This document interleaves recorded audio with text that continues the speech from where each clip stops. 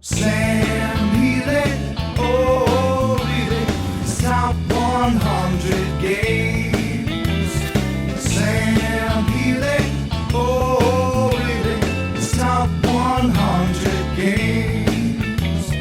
Sam won't be caught dead playing roads and boats. When people make him mad, he wants to punch him in the throats. Not the kind of grumpy, but he's also kind of fun. He's an army of one. All right, welcome back. This is the top 10 of my top 100 games of all time. I'm gonna float like a battleship and I'm gonna sting like a B-29. Look out, this is the greatest top 10 of all time. Mr. Healey, you... Shut up. Let me start. Wow. All right. Well, Anyway. wow. I've written down a list of 10 games that I thought would be in your top 10. I was already wrong about 3 of them. I said Star Wars X-Wing, Fury of Dracula, and Summoner Wars, but they were higher up. Yes. So we'll see if I'm right on the other We'll 7. see if you're right on the other 7. Do it.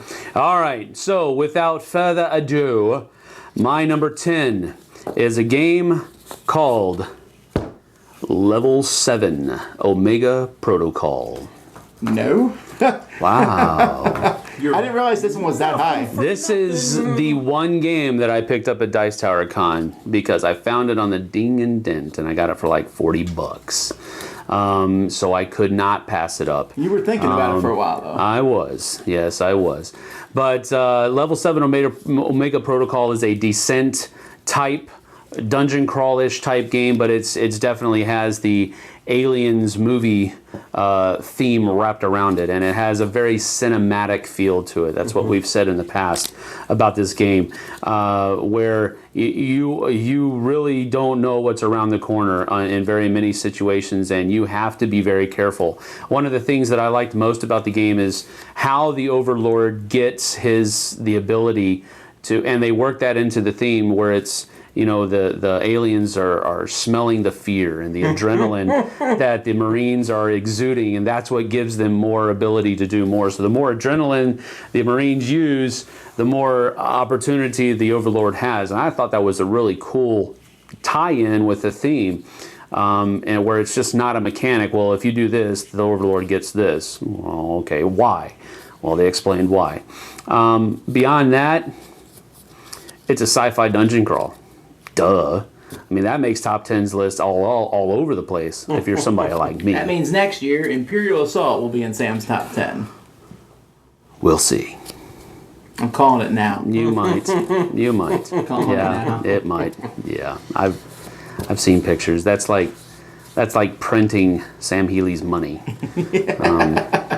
Anyway, we'll see about that next year. Right now, my number 10 from the top 100 of all time for me is Level 7 Omega Protocol. Number 9 is what I would consider its grandfather. The one game that I think launched into all of these other dungeon crawl games, at least for me, and that is Descent 2.0. Now, Descent, the original, wow, you didn't include this either? Well, I thought the other games were going to be... You don't know me! Well, I know I love Descent. I didn't know you liked it. Oh, man, I loved it. I always wanted to play this game with you guys. One. That's what he is going to end up getting. What's that? He's going to end up getting your one Yeah, and right. my one. That's going to be it. Okay, so I say Descent 2.0 because Descent has received the upgrade to a second edition, and the second edition is better than the first edition. Could I play Descent first edition and still enjoy it? Yeah. Oh, yeah. Yeah, absolutely. But we have a really swank second edition. Yeah, we do. And now we got some of the models that are starting to be painted. Oh, man. Yeah, we saw some of those. Raphael is doing you justice, brother. But Descent 2.0 is just a really man,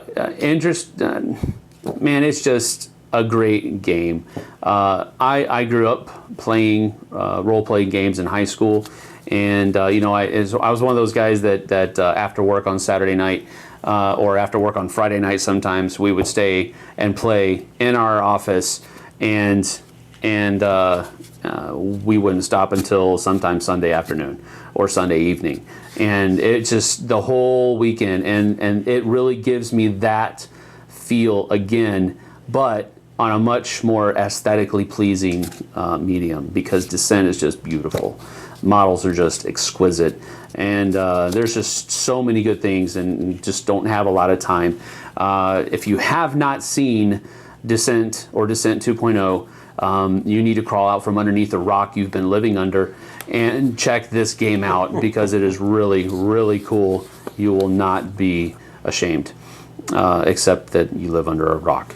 My number 9, Descent 2.0. I can still get all 7. Yes. Okay. My number 8 is a game that I think anybody in their right mind would play over Dominion.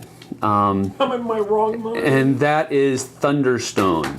Thunderstone Advance. You didn't pick this one either? I thought that would be in your top 20. Are you kidding? What is this? Oh, come on. I could have said that. Wow, man. You just... Good night. You need to go back to bed for a little bit or something. I can still get all 7. Is that yeah, you've missed 3. Okay, but you cannot miss any more now. Right. You have to go 7 for 7 from now on. Anyway, my number 8, Thunderstone. I enjoyed it when it first came out. It has also gone through a revamping. And I actually own the Numenera set, which is, I think, the coolest one, because it has the fantasy aspect to it, but it also has a little bit of a sci-fi, almost steampunkish thing to it, and I really like the artwork, and I really like a lot of the different things. I do also like all the other sets. Epic Thunderstone is really fun to play, but it might be a little bit too much for a newer person getting into the game to accept it at the first point. I think you need to baby step it a little bit, and then once you're very familiar with it, jump into the Epic version. But Thunderstone is my fantasy deck building game of choice. I prefer it above all the others. As a matter of fact, it might be my deck building game of choice. You can check real quick. Yep, it is.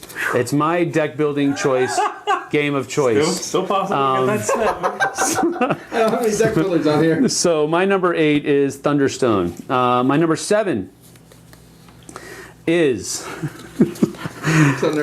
a game that I owned the first edition, and I kept hold of it for a very long time because I really enjoyed the idea of the game. I enjoyed the system that the game was built around.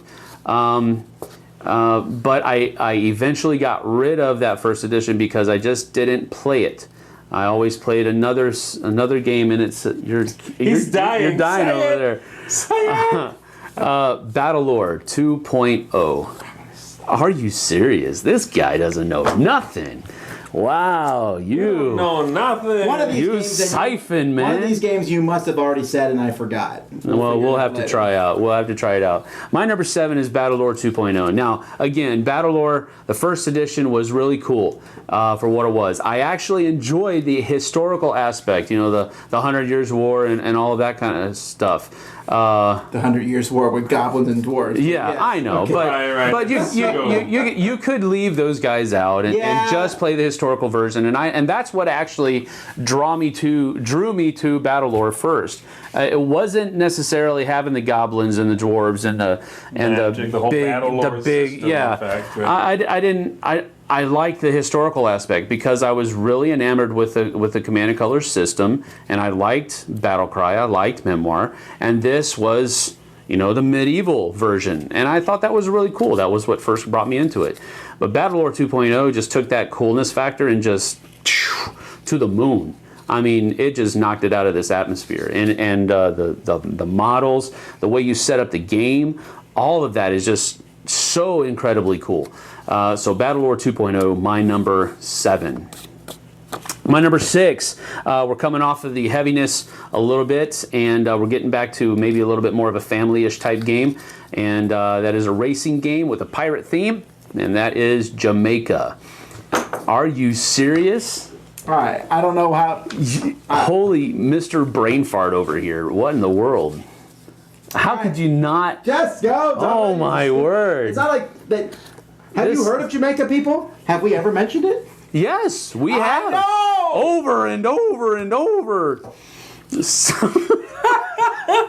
I've mentioned it so much, there's no way I'd include it in my top 10. Just on principle alone. But my number 6 is Jamaica. I think Sam gets a percent commission every time a copy of Jamaica is sold. No, I don't. Oh, I wish I did. Yeah, I wish I did. Any of the games. But I do not. I just really enjoy the game that much. It is a beautiful game. The artwork is phenomenal, out of this world. It's a really cool thing that I would have never thought of designing a game, but all of your cards match in this panoramic view. Yeah. If you take the time to put it together, I have not.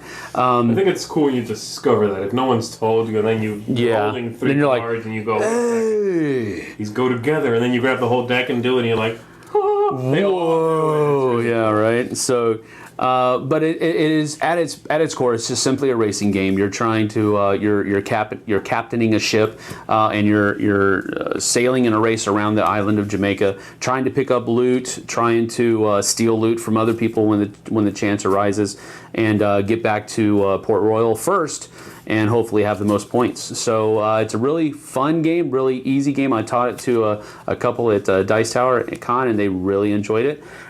So I think you should go try to check this out. It has recently come through a reprint, so it is available right now. You can go get it. I think Cool Stuff had like 3 or 4 3 copies on the shelf just last Saturday up in Hollywood. So it is available. You can get it. So give it a whirl. Try it out. That's my number 6, Jamaica. My number 5 is Co-op Game. One of the... Really? You didn't include this one either? It's a co-op game. One of the 2 co-op games in my top 10. I know. I got both these. Okay. All right. Good.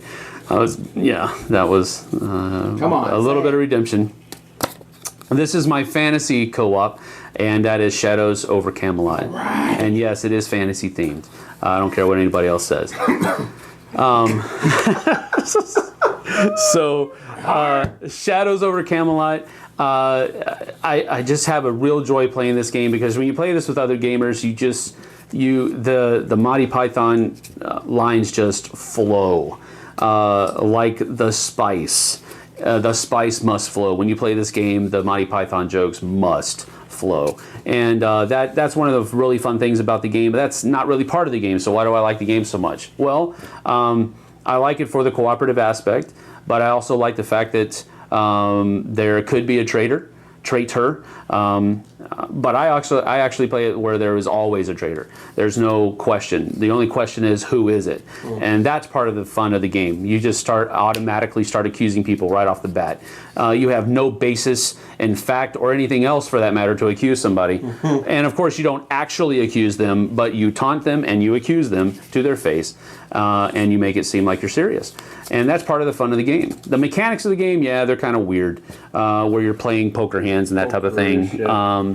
But again, it's the mechanics don't get in the way of the theme, and everything works together well to have a very rich experience. And so my fantasy co-op game of choice is Shadows over Camelot by Days of Wonder. Slightly better than Shadows over Camelot, in my estimation, is my number 4, and it is also a co-op-ish game, because it is kind of a team versus team. I thought this was your number 2, but... Well, it has been. You were even going for like the number? Yeah, Wow. it has. No, I just, in my head, I thought, oh, this was almost a number 1. Yeah, it has been. It has been that high, like on my hot top, my hot 10, or my, whatever, on Board Game Geek. It has been up there. It might even still be there. I haven't changed that stuff in years. Because we haven't said the name of the game yet. Yeah. Well, anyway, it's my number 4 is Battlestar Galactica, the co-op game, and. Shockwaves everywhere. What? Yeah, I know. What? How in the world? But anyway, Battlestar Galactica can run a little bit long, and if you're not into the theme, it can feel like even longer than it's taking. But it's also a game that I think you have very little downtime, unless you get stuck in the brig. or unless something else weird happens. You're usually involved in every person's turn. There's very little downtime, and if you're not even actually involved, you can still be yelling and hollering, "What in the world are you doing?" You know, that type of stuff at other people. But it's... I do want to see next year where Dead of Winter falls on your list. Well, that's the thing. Dead of Winter, I just recently played it. I'm not going to talk about Dead of Winter right now. I like it. That's all I'm going to say. Because we're probably going to be doing the review of that if you haven't already. Maybe. If you're going to stay later tonight. Anyway, Dead of Winter is a really cool movie. We're not going to... a really cool board game. We're not going to talk about it right now, though. I do like it. My number 4, though, is Battlestar Galactica. My number 3 is a really cool game about putting on games in the Roman Colosseum. And that is a game called Colosseum. You love Yes, this game. I do. I knew you liked it, but... And... 3? Yes. Dude, wow, Yes. I'm surprised. Okay. I love to play this Out game. of print. I really love to play this. Oh, wow. My one game that's out of print or something like that, right? Out of your, what, 80? Sam is secretly hoping that there's not secretly, but now that Asmodeus bought Days of Wonder. Yes, please. Hey, you bring that Coliseum back? Please. I'll buy one. You don't even want to. I won't ask you for a review copy. I'll just give you my money. Please do so. Reprint that game, you evil people. Anyway. That kind of went off the rails at the end. Yeah, it did. It would have been cool if you had actually hit it. That would have been funny. But anyway, Colosseum is a game that it does actually have a roll and move mechanic in it. And usually that is taboo for me. I want to usually stay away from those kinds of games. But it is integrated into the theme very well here, because what you're rolling to move are the proconsuls and the Caesar and the, what's the other guy? The blue guy. I think they're councils, right? No, well, the proconsuls are the yellow guys, and then there's the Caesar, and then there's the blue guy, the other guy, the blue guy. And you're trying to get them to come to watch the show Senators. that you're put on. Senators, there you go. You're trying to get them to come watch the show that you're putting on. So that roll and move mechanic works very well into the theme, because you do want to have more people there. You get more points if they show up into your Coliseum. So it really works well. I enjoy this game so much. And Tom has a copy of it, and I don't. So if anything ever happens to Tom, that'll be the first thing I ask for. What?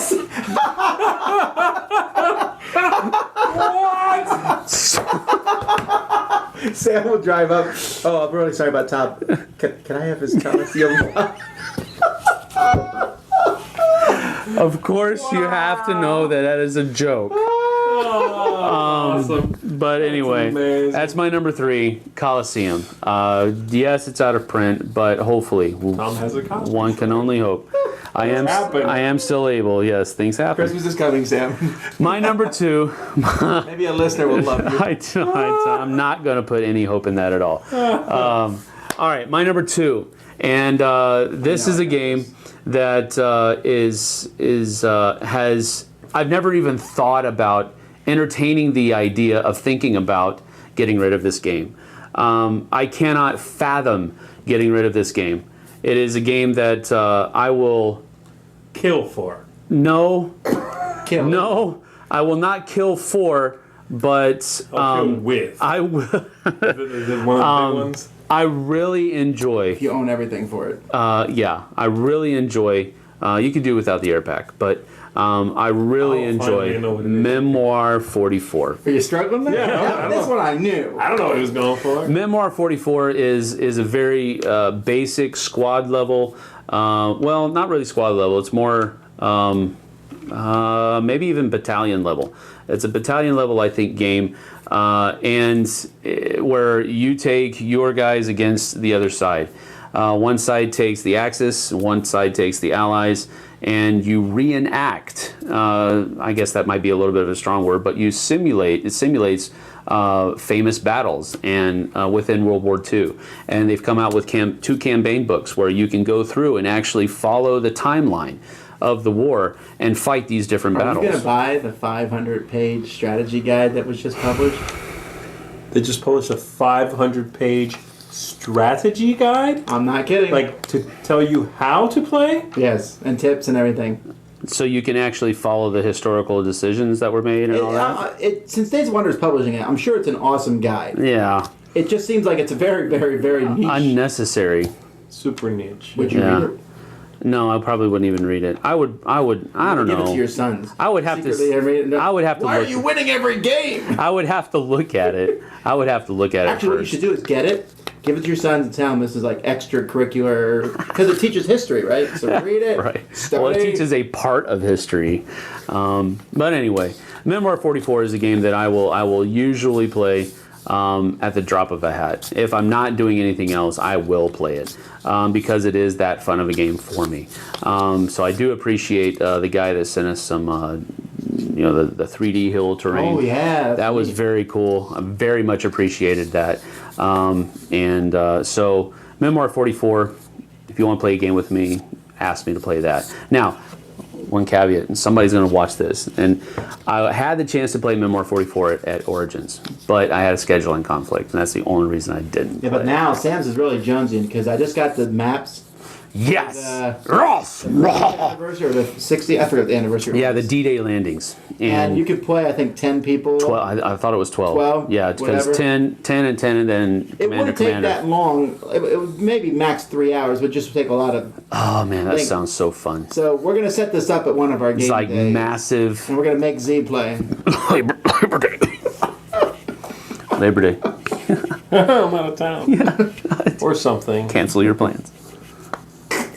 All right, now for the biggest surprise ever. Okay, for Can I guess on this my one? number one, we can all say it together. My number one is Twilight Imperium 3. And for all the reasons that you've ever heard me talk about Twilight Imperium 3, probably the only aspect of the game that I could possibly do without is the political phase. Because sometimes... My favorite phase. Yeah, I know it's his favorite phase, but it would be absolute pure Amerithrash if it had that out of there. But Fourth that edition, being baby. said, wow, no, 4th edition's going to be Star Wars. I'm feeling not. Oh, I don't. Yeah, that's true. They've been pumping out a lot of They Star Wars asked him stuff, at the thing, do you have the board game license? And he would not answer that straight up. which means they're probably trying to work it. But anyway. Twilight Imperium 3 is this huge, epic space opera of a game, and it takes about an hour and a half per player to play. And that's just awesome, as far as I'm concerned. I don't play it often because some people don't want to play it that often. Hardly don't want to play it ever. Can you play solo? For like an hour and a half, I'd be okay. If it's an hour and a half per player, I'll play alone. You cannot play this game solo unless you want to play 4 different... Well, you can if you have multiple personalities. Wow. I'm going to kill you. Oh my word. Anyway, we're getting way off track here. My number one is Twilight Imperium 3. It is the best game in existence. All right, well, I got your top 5. You must have said these earlier and I've forgotten. Small World must have been lower down in your Yes, list it was. somewhere. And then War of the Ring was... Also lower. All right, I'm just a doofus. Yes, you I are. got 5 out of 10. That's probably good. better than Pretty good. Z. That's pretty That's good. solid. That's good. So that has been... We have reached the end, my friends, of the top 100. We've only just begun. The top 100 that all other top 100s will pale in comparison to. So that is my top 100. I hope you have enjoyed watching my list. I did not enjoy putting it together as much as I probably should have, but if you want me to do it again next year, I'll do it. We'll see. I'll do it. We'll see. Someone has to edit all these Thanks videos. for you know? enjoying that's my true. suffering is basically what Sam Well, said. no, thank you for watching. I do appreciate. I mean, you're taking time out of your day to watch me babble on about a bunch of games, so I do appreciate you taking the time. But I hope it has been informative, and I hope that you have at least been entertained. Are you not entertained? See you guys next time. in the throats. Not the kind of grumpy, but he's also kind of fun.